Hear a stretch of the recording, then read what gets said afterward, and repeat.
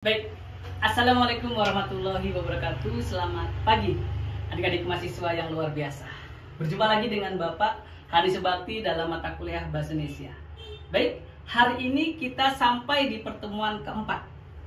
Menurut RPS, pertemuan keempat akan membahas kalimat efektif. Kalau di pekan lalu kita membahas kata baku dan non-baku, hari ini kita membahas yang namanya kalimat efektif. Baik ya? Jadi penggunaan kalimat efektif. Penggunaan kalimat efektif. Tentunya sebelum menjadi sebuah kalimat, kita mengenal dulu yang namanya huruf. Huruf ya. Ada huruf vokal.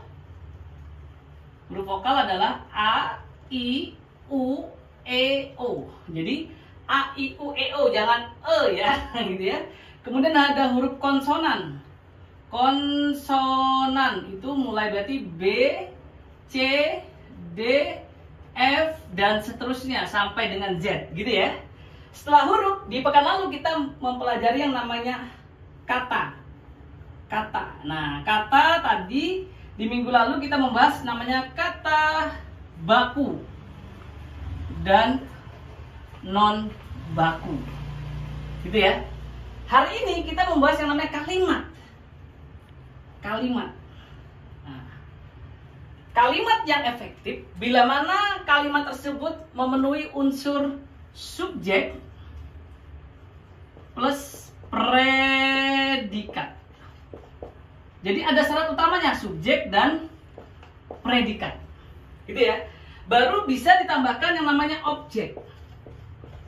Objek itu yang ketiga. Yang keempat pelengkap. Yang keempat dan yang kelima berarti apa? Keterangan. Keterangan. Ini yang kelima.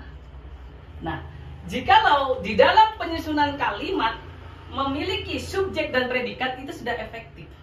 Namun apa iya seorang mahasiswa menyusun saya mengonsumsi? Nah, saya mengonsumsi sudah satu kalimat, tapi tidak efektif karena tidak ada objek pelengkap dan keterangannya yang membangunnya.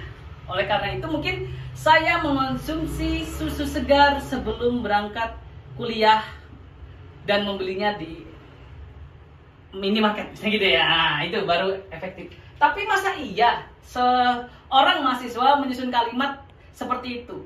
Misalnya, Indonesia merupakan negara kesatuan Republik Indonesia yang memiliki ABC dan seterusnya. Nah, begitu kurang lebih.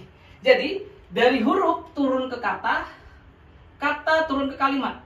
Kalimat yang baik minimal, jadi sebuah kalimat itu minimal 7 sampai dengan 14 kata. Nah, gitu ya. Sebuah kalimat yang baik minimal 7 sampai dengan 14 kata. Jadi misalnya sebagai mahasiswa, ini saya contohkan adik-adik mahasiswa. Sebagai mahasiswa, kami harus rajin membaca artikel penelitian terbaru.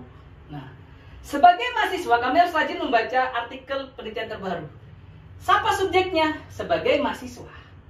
Kami harus rajin membaca menjadi predikatnya. Artikel penelitian terbaru menjadi objek dan pelengkapnya. Jadi gitu ya. Sebagai mahasiswa ini menjadi yang namanya subjek. Kami harus rajin membaca, ini yang menjadi predikat. Artikel penelitian terbaru ini menjadi objeknya. Nah, apakah ini cukup, Pak? Kita analisis. 1, 2, 3, 4, 5, 6, 7, 8, 9. 9 kata di dalam satu kalimat itu sudah efektif. Karena minimal 7 sampai dengan 14 kata. Pak, kenapa tidak boleh panjang-panjang dalam sebuah kalimat? Misalnya, Indonesia merupakan negara kesatuan Republik yang berdasarkan atas ketuhanan yang Maha Esa, kemanusiaan yang adil dan beradab, persatuan Indonesia. Terlalu panjang, dijedah, diberikan tanda baca. Nanti akan kita bahas itu di pertemuan ke-6 tentunya ya, setelah kita membahas kalimat, paragraf, dan tanda baca nanti. Nah, oleh karena itu adik-adik harus paham dulu. Tapi tidak hanya ini teman-teman, kalian juga harus memahami bagaimana bentuk awalan yang banyak di dalam penggunaan bahasa Indonesia, seperti ber, se, me, di, ke, ter, peper. Yang fatal adalah seperti me ini. Me bisa menjadi membaca. Tapi bagaimana dengan mengkonsumsi? Mengkonsumsi yang benar adalah mengonsumsi. Jadi gitu ya. Luluh dia teman-teman untuk huruf K, T, S, P yang diikuti vokal. Dalam awalan menasal ya. Menasal. Ini rumusnya nih. Yang diikuti vokal dalam awalan me. Contohnya gimana Pak Handi? Contohnya ketika mengkonsumsi. Mengkonsumsi. Ini untuk huruf K. Mau tidak mau K-nya Bapak coret. Yang betul adalah mengonsumsi. Yang T misalnya mentelaah. Mentelaah. Mau tidak mau T-nya dicoret karena luluh ada vokal E, menelaah. Yang S misalnya mensukseskan. Yang betul adalah menyukseskan. Diganti menyukseskan. Mendapat Y di sini, menasal namanya, menasal. Yang terakhir P misalnya, mempengaruhi. Mempengaruhi. Yang benar adalah memengaruhi. Jadi mengkonsumsi, mengonsumsi, menelaah, menyukseskan diganti mempengaruhi, memengaruhi. Hanya untuk kata mensukseskan yang menjadi menyukseskan. Seperti itu ya. Nah, ini namanya luluh. Huruf K, T, S, P yang diawali kata dasarnya dengan vokal, dia akan luluh atau menasal. Seperti itu ya teman-teman ya. Adik-adik mahasiswa ya. Dia akan luluh atau menasal. Tapi tidak dengan kata seperti ini. Misalnya kata mengkritik.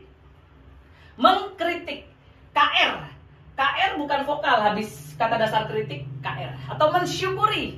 Bukan menyukuri tapi tetap mensyukuri.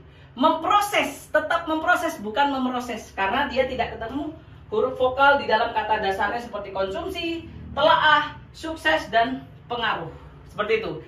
Jadi kata-kata yang luluh juga harus diperhatikan di dalam kalimat. Jangan sampai kalimat kalian salah. Sebagai mahasiswa kami harus mampu mempengaruhi. Nah, kalimatnya udah bagus, tapi ada kata yang tidak luluh di situ. Berarti kata kalian salah. Oke ya? Perlu dipertimbangkan dan perlu diperhatikan. Kalimat yang baik tidak hanya memerlukan subjek dan predikat, tapi ada objek, pelengkap, dan keterangan yang nantinya akan membawa tulisan kalian sangat bermakna dan bermutu. Itu. Baik, terima kasih untuk hari ini. Dah.